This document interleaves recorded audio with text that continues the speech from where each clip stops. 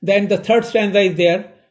Or then at times I drooping sit and spend many an anxious hour, nor in my book can I take delight, nor sit in learning's bar, worn through this with the dreary shower. The young speaker continues on telling the reader more about his miserable days at school.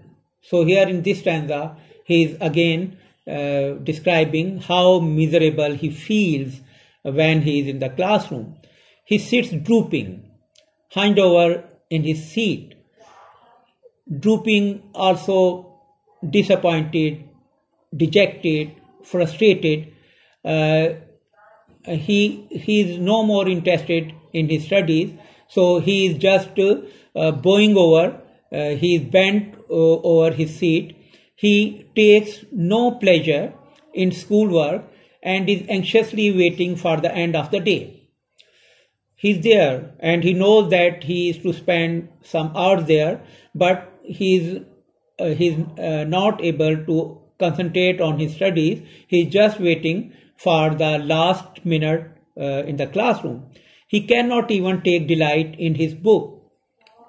His book may be quite interesting, but as he feels that he has been trapped there, he has been imprisoned there, he is not taking interest in his studies, and he doesn't feel happy or joyful in the company of his book, or sit in learning bar. A bower is a shady place for rest. So his learning bar is his classroom, but here he doesn't feel very happy as it has all been worn through by rain, because he feels that the rain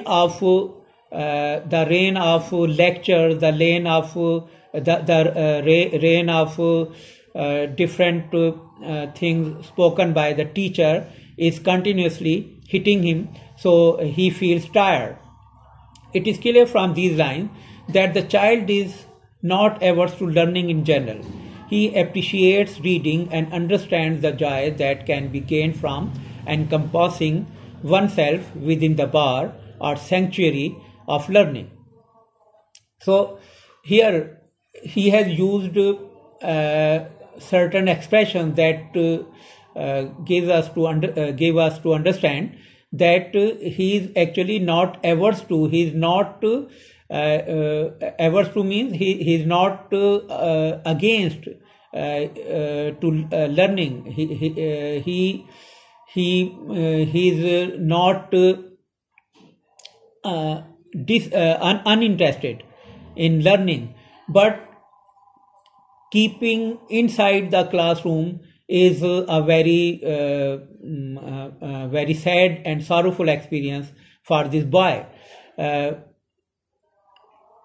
He appreciates reading and understands the joys that can be gained from encompassing oneself within the bar or sanctuary. Sanctuary is a shelter of learning.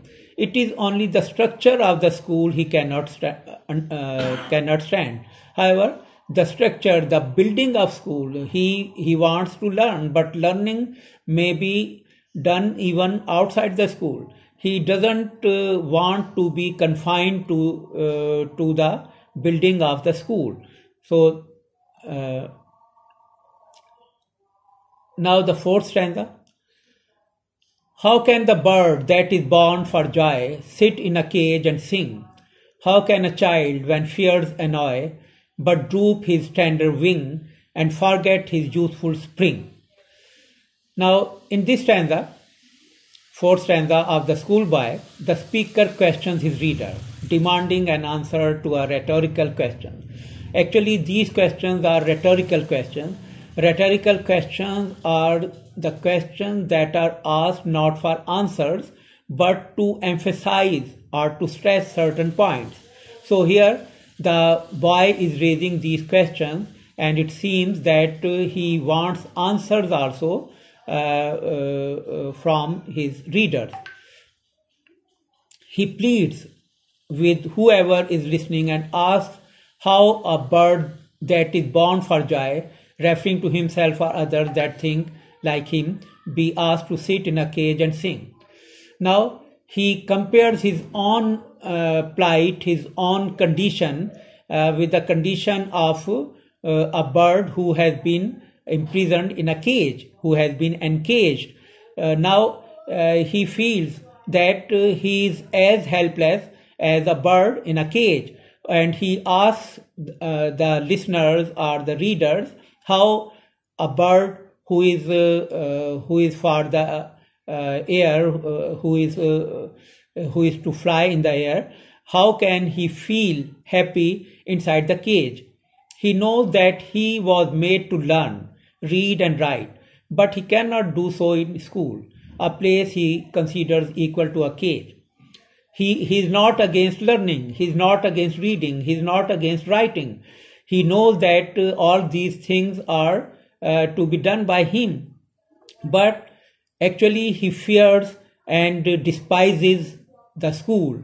He feels that the school is just a prison, just a cage for him. He now turns to beg on behalf of other children.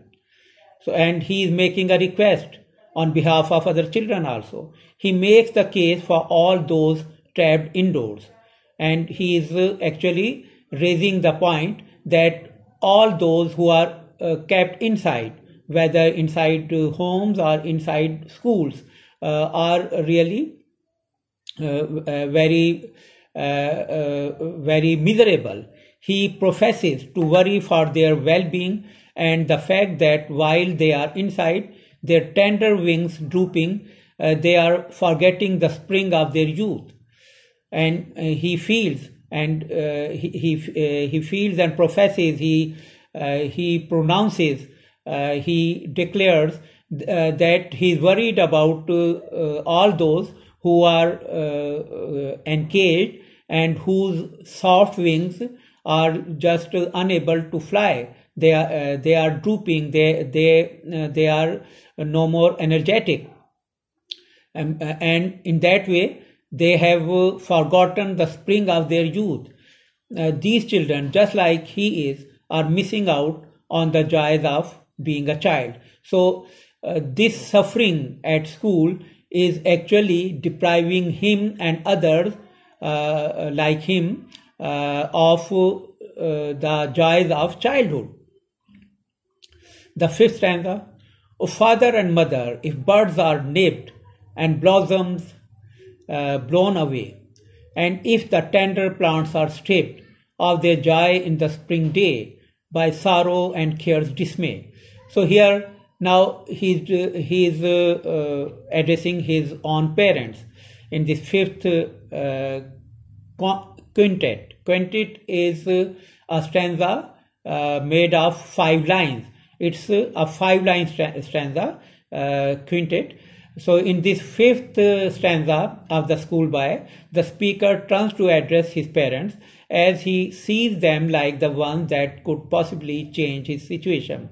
Now his parents are his elders, they are the controllers, so he is making a request to them. He addresses them because he thinks that they have the power to change his situation. If only he can convince them to see things his way, he feels that if he is able to convince his parents, and if his parents are able to see the things as he is seeing them, they may help him and his situation may improve. In this stanza, he presents them with the reason why they should not force him to go to school. He speaks about his own childhood joys as being birds. Now he is using metaphorical or figurative speech here. He expresses the joy of childhood or the being of childhood as birds that are being nipped, but these birds have been nipped, they have been broken, and blossom that are blowing away. Even the flower blossoms are flowers that have become a prey to the wind. His happiness is delicate like the tender plants. He wants to tell his parents that his happiness is very delicate, very fine, very soft, just like tender plants. And he should not have to be subject to sorrow and care's dismay. Whereas when he goes to school, he is under tension, he is under stress, and he requests his parents not to send him to school, because there he will be subject to sorrow and care's dismay. He will be disappointed, he will be sorrowful there at his young age. He need not feel so unhappy when he is only a child. He wants his parents to realize that he is only a small child, and he shouldn't be pushed into care and unhappiness. Then the sixth and last stanza. How shall the summer arise in joy, or the summer fruits appear? Or how shall we gather what griefs destroy, or bless the mellowing year, when the blasts of winter appear?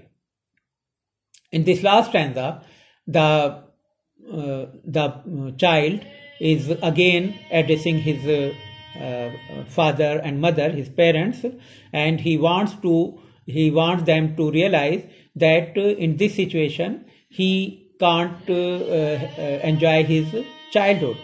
If all of the things stated in the fifth stanza happen, if he is indeed stripped of his joy and given sorrow in return, then how can his parents expect the appearance of fruit in the summer?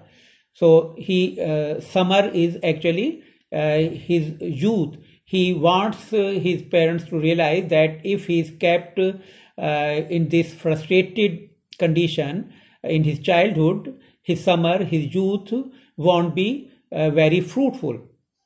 They should, he states, worry that due to their choices, he will never be the same.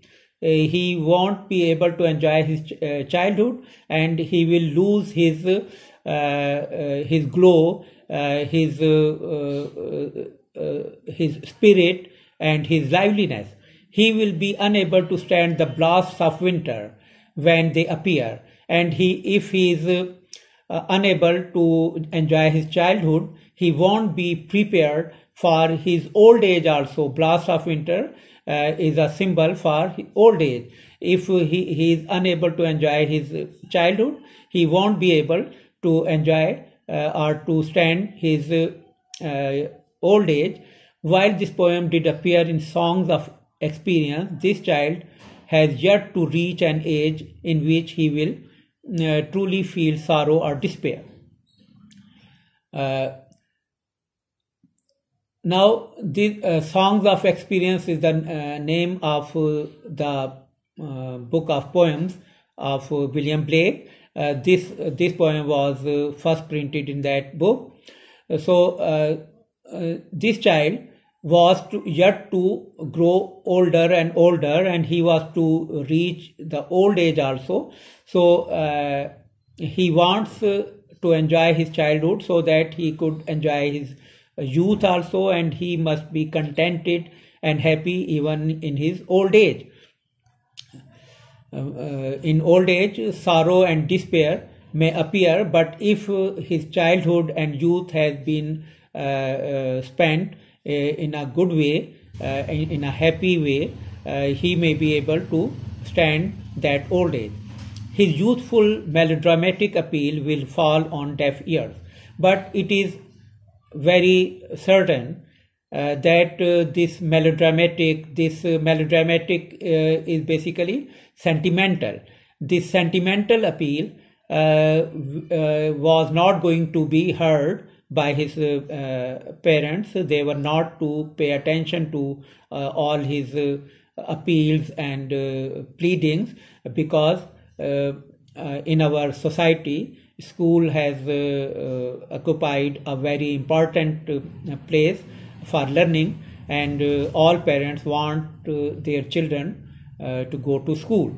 So though it was certain that these appeals won't be heard, yet the child in his innocence is making these appeals. So it's all about this poem. Now in our next lecture we'll discuss some critical aspects of this poem. Okay, here we end. Thank you very much.